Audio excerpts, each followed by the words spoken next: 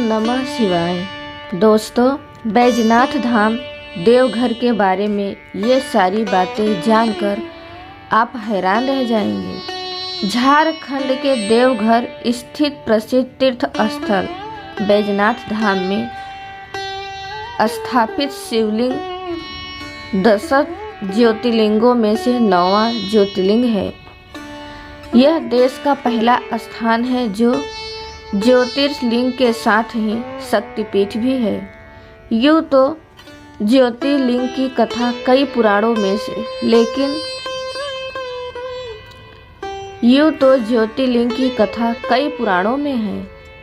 लेकिन शिव पुराण में इसकी विस्तार पूर्वक जानकारी मिलती है। इसके अनुसार बैजनाथ धाम ज्योतिर्लिंग की स्थापना स्वयं भगवान विष्णु ने की है।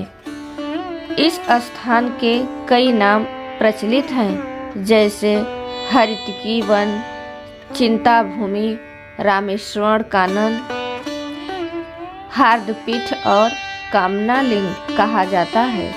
यहाँ आने वाले सभी भक्तों की मनोकामनाएं पूर्ण होती है, इसलिए मंदिर में स्थापित शिवलिंग को कामना लिंग भी कहते हैं। इसके अलावा इस धाम को अन्य कई नामों से भी जानते हैं। आइए जानते हैं कि इस नामों का कैसा नाता है। बैजनाथ धाम देवघर और हार्दपीठ के नाम से भी जाना जाता है।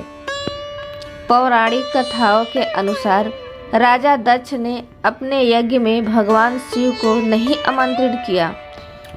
यज्ञ के बारे में पता चला तो देवी सती ने भी जाने की बात कही। शिव जी ने कहा कि बिना निमंत्रण नहीं जाना उचित होगा, लेकिन सती ने कहा कि मेरे पिता का घर है, वहां जाने के लिए किसी भी निमंत्रण की आवश्यकता नहीं है। शिव जी ने उन्हें कई बार समझाया, लेकिन वह नहीं मानी और अपने पिता के घर चली गई।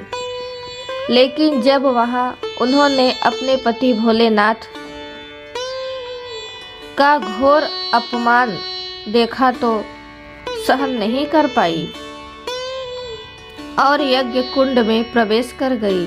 सती की मृत्यु की सूचना पाकर भगवान शिव अत्यंत क्रोधित हुए और वह माता सती के शव को कंधे पर लेकर तांडव करने लगे। देवताओं की प्रार्थना पर अक्रोधित शिव को शांत करने के लिए श्री ने अपने सुदर्शन चक्र से सती के मृत शरीर को खंडित करने लगे। सती के अंग जिस जिस स्थान पर गिरे वे स्थान शक्तिपीठ कहलाए। माना जाता है कि इस स्थान पर देवी सती का हृदय गिरा था। यही वजह है कि इस स्थान को हार्दपीठ के नाम से भी जाना जाता है। इस तरह यह देश का पहला ऐसा स्थान है जहां ज्योतिर्लिंग के साथ ही शक्तिपीठ भी है। इस वजह से इस स्थान की महिमा और भी बढ़ जाती है। बैजनाथ धाम में स्थापित में शिवलिंग को कामना लिंग भी कहते हैं। प्राचीन कथाओं के अनुसार लंकापति रावण ने भगवान शिव को प्रसन्न करने के लिए कठिन तपस्या की। रावण की तपस्या से खुश होकर भगवान ने उसे वरदान मांगने को कहा, तो रावण ने कहा कि वे उन्हें अपने साथ लंका ले जाना चाहता है। यह सुनकर सभी देवता परेशान हो गए और ब्रह्मा जी के पास गए और कहा कि अगर शिव जी रावण के साथ लंका चले गए तो सृष्टि का कार्य कैसे होगा। इसके बाद ब्रह्मा जी ने भगवान शिव को सोच समझकर वरदान देने के लिए कहा। इस पर शिव जी ने रावण से कहा कि यदि तुम मुझे लंका ले जाना चाहते हो तो ले चलो, लेकिन मेरी एक शर्त रहेगी। भगवान शिव ने रावण से कहा कि जहाँ भी मुझे भूमि स्पर्श हो जाएगी मैं वहीं स्थापित हो जाऊंगा।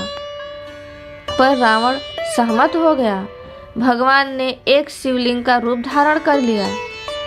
इसके बाद रावण शिवलिंग को लेकर जा रहा था। इसी दौरान भगवान शिव ने रावण को लघु शंका की इच्छा करा दी। काफी समय तक बर्दाश्त करने के बाद रावण ने एक चरवाहे को शिवलिंग पकड़ाकर लघु शंका करने लगा।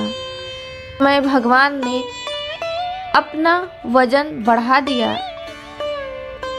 और इससे चरवाहे ने रावण को आवाज लगाकर कहा कि अब इस शिवलिंग को उठाए नहीं रह सकता है। रावण लघु शंका करने में व्यस्त होने के कारण नहीं सुन पाया। इधर चरवाहे ने शिवलिंग को जमीन पर रख दिया। जब रावण लौटकर आया तो लाख कोशिश के बाद भी शिवलिंग को नहीं उठा पाया। तब रावण को भगवान की लीला समझ में आई। वह अत्यंत क्रोधित हुआ। कथा के अनुसार ब्रह्मा, विष्णु और अन्य देवताओं ने आकर उस शिवलिंग की पूजा की और शिवजी के दर्शन होते ही शिवलिंग को उसी जगह पर स्थापित कर दिया। तभी से महादेव कामना लिंग के रूप में देवघर में विराजते हैं। भोले सबकी सारी ही मुरादें पूरी करते हैं। बस जातक श्रद्धा से उनका स्मरण कर ले। कामना लिंग की भी ऐसी ही मान्यता है। कहते हैं जिनके विवाह में कोई दिक्कत हो वह अगर यहाँ आकर दर्शन करके शिव जी का जलाभिषेक कर दे तो भोले की कृपा से 1 वर्ष के अंदर ही उनका विवाह संपन्न हो जाता है। वहीं संतान प्राप्ति के लिए भी श्रद्धालु कामना लिंग के दर्शनों के लिए आते हैं। बता दें कि संतान प्राप्ति के लिए भक्तजन अपने स्थान से दंडवत प्रणाम करते हुए कामना लिंग तक पहुंचते हैं। इसके बाद शिव जी का जलाभिषेक करते हैं और अपनी मनोकामनाएं पूरी करने की प्रार्थना करते हैं।